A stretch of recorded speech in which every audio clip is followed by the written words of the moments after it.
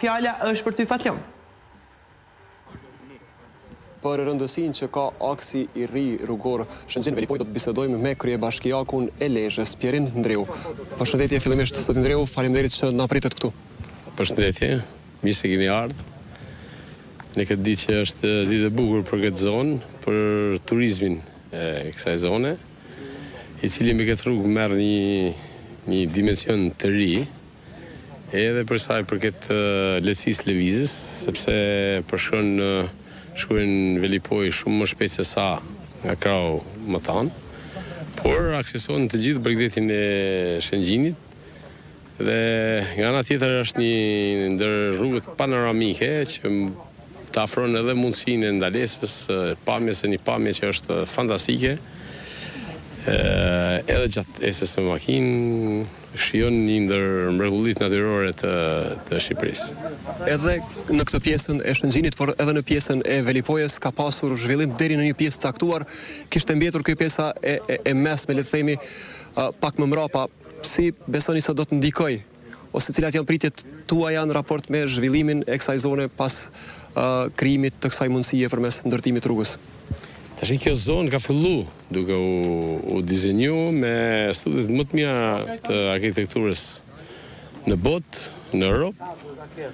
Një ndër resortet është Dugagjini, për shembull, që është një ndër strukturat elit, dhe infrastruktura i vjen domethënë paralel zhvillimit që ne jemi duke implementuar tani e mbrapa në këtë zonë, që quhet zona Ranës Hellut, e Rriollit dhe Velipojës bashkë me Shëngjinin. Pra, shumë shpejt fillon edhe bypassi i Shëngjinit, i cili është një tjetër investim shumë i madh, i cili do kaloj trafikun sipër qytetit Shëngjinit, duke shmangë qytetin, që ka krijuar një tjetër risi me fillimin edhe të rrugës Milot Balldarene, që shumë shpejt shpallat fituesi. Pra, në kuptimin e infrastrukturës ne po bëjmë hapa gjigant para për t'u përgjigjë nesër një zhvillimi turizmi elitar të një tjetër standard.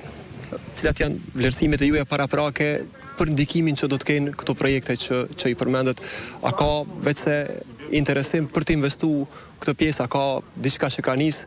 Cilat janë, le të themi, të rejat që i presni në këtë zonë?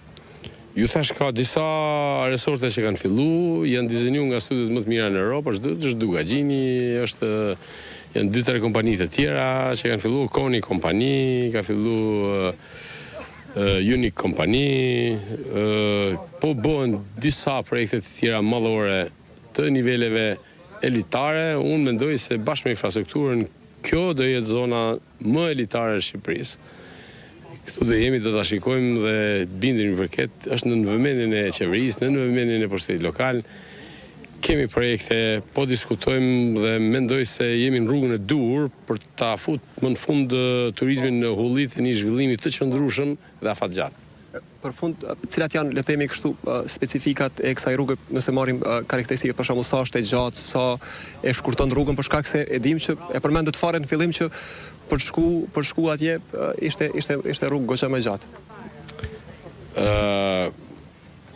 Kjo rrugë ka karakteristika se vjen nga Shëngjini, vjen nëpërmjet malit, vjen del në Bregdet, zbret në fush, akseson dhe Shëngjinin dhe Velipojën.